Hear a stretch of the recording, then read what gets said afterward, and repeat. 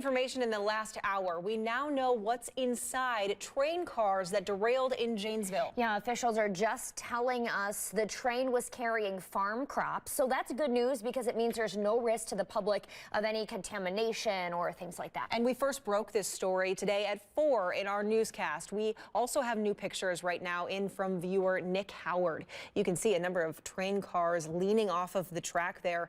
The Janesville Police Department is still asking people to avoid part of the south central part of town because of this incident. And police originally asked people to stay away from the 5 Points intersection. That's a pretty big major road through town. That area was cleared just before 5 tonight. But police still want you to avoid the area northeast at Franklin and West Centerway. We still don't know the cause of the derailment. Police say no one was hurt. We brought you this story breaking at 4. We will continue to monitor the situation very closely and bring you the latest updates as we get them. That information will be on our website and on our NBC 15 app.